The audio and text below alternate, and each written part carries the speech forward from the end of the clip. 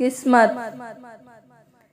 ایک business man نے خواب میں دیکھا کہ ایک شخص اس سے کہہ رہا ہے کہ تمہاری کمپنی کے مین گیٹ کے سامنے جو پھل بیچتا ہے اس کو عمرہ کرا دو۔ نیند سے بیدار ہوا تو اسے خواب اچھی طرح یاد تھا، لیکن اس نے وہم جانا اور خواب کو نظر انداز کر دیا۔ 3 دن مسلسل ایک ہی خواب نظر آنے کے بعد وہ شخص امام کے پاس گیا اور اپنا خواب بیان کیا۔ امام صاحب نے کہا، اس شخص سے رابطہ کرو اور اسے عمرہ کروا دو۔ اگلے روز بزنس مین نے ایک ملازم سے اس پھل فروش کا نمبر معلوم کرنے کو کہا۔ بزنس مین نے فون پر اس پھل فروش سے رابطہ کیا اور کہا کہ مجھے خواب میں کہا گیا ہے کہ میں تمہیں عمرہ کرواؤں، لہٰذا میں اس نیک کام کی تکمیل کرنا چاہتا ہوں۔ پھل فروش زور سے ہنسا اور کہنے لگا، کیا بات کرتے ہو بھائی، میں نے تو مدت ہوئی کبھی فرض نماز ادا نہیں کی اور تم کہتے ہو کہ تم مجھے عمرہ کروانا چاہتے ہو۔ بزنس مین اصرار کرنے لگا اور اسے سمجھایا کہ میرے بھائی، میں تمہیں عمرہ کروانا چاہتا ہوں، سارا خرچ میرا ہوگا۔ خاصی بحث کے بعد آدمی اس شرط پر رضامند ہوا کہ ٹھیک ہے، میں تمہارے ساتھ عمرہ کروں گا، مگر میرے تمام اخراجات تمہارے ذمہ ہوں گے۔ وقت مقرر پر جب وہ ایک دوسرے کو ملے تو بزنس مین نے دیکھا کہ واقعی وہ شکل و صورت سے کوئی اچھا انسان نہیں دکھائی دے رہا تھا۔ اس کے چہرے سے عیاں تھا کہ وہ نماز کم ہی پڑھتا ہے۔ اسے بڑا تعجب ہوا کہ یہ وہی شخص ہے جسے عمرہ کرنے کے لیے خواب میں 3 مرتبہ کہا گیا۔ دونوں مکہ مکرمہ عمرہ کے لیے روانہ ہو گئے۔ میقات پر پہنچے تو غسل کر کے احرام باندھا اور حرم شریف کی طرف روانہ ہوئے۔ انہوں نے بیت اللہ کا طواف کیا، مقام ابراہیم پر 2 رکعت نماز ادا کی، صفا مروہ کے درمیان سعی کی، اپنے سروں کو منڈوایا اور اس طرح عمرہ مکمل ہو گیا۔ اب انہوں نے واپسی کی تیاری شروع کر دی۔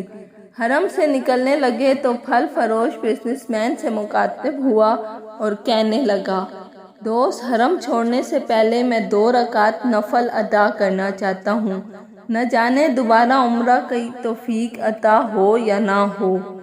بزنس مین کو کیا اعتراض ہوتا، اس نے کہا، نفل پڑھو اور بڑے شوق سے پڑھو۔ پھل فروش نے اس کے سامنے نفل ادا کرنے شروع کر دیے۔ جب سجدے میں گیا تو اس کا سجدہ طویل سے طویل تر ہوتا چلا گیا۔ جب کافی دیر گزر گئی تو بزنس مین نے اسے ہلایا۔ جب کوئی حرکت نہیں ہوئی تو اسے معلوم ہوا کہ پھل فروش کی روح حالت سجدہ میں ہی پرواز کر چکی تھی۔ پھل فروش کی موت پر اسے بڑا رشک آیا اور وہ رو پڑا کہ یہ تو حسن خاتمہ ہے، کاش ایسی موت میرے نصیب میں ہوتی۔ اس خوش قسمت انسان کو غسل دیا گیا اور حرم میں ہی اس کی نماز جنازہ ادا کی گئی۔ ہزاروں فرزندان اسلام نے اس کا جنازہ پڑھا۔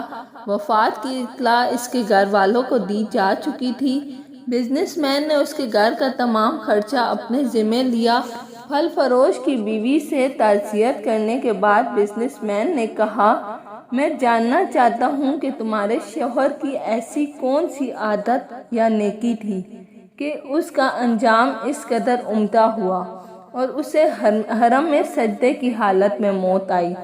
بیوی نے کہا، بھائی، میرا خاوند کوئی نیک آدمی تو نہیں تھا، میں اس کی کوئی خاص خوبی بیان تو نہیں کر سکتی، ہاں مگر اس کی ایک عادت یہ ضرور تھی کہ وہ ہمارے ہمسائے میں ایک غریب بیوہ اپنے بچوں کے ساتھ رہتی ہے۔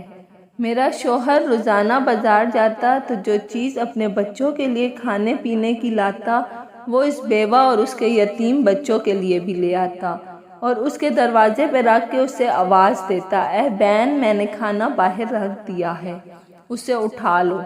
یہ بیوہ عورت کھانا اٹھاتی اور آسمان کی جانب سر اٹھا کر دیکھتی اور کہتی، اے اللہ رب العزت، آج پھر اس نے میرے بھوکے بچوں کو کھانا کھلایا، اے اللہ رب العزت، اس کا خاتمہ ایمان پر فرما۔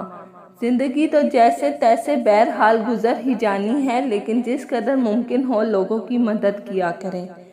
اللہ تعالیٰ ہمیں ہر طرح کی برائیوں سے اپنی پناہ میں محفوظ کرے اور ہمارا خاتمہ بھی ایمان پر فرمائے، آمین۔ اگر آپ لوگوں کو ویڈیو پسند آئی ہے تو لائک اور سبسکرائب کرنا نہیں بھولیے گا۔ Thank you.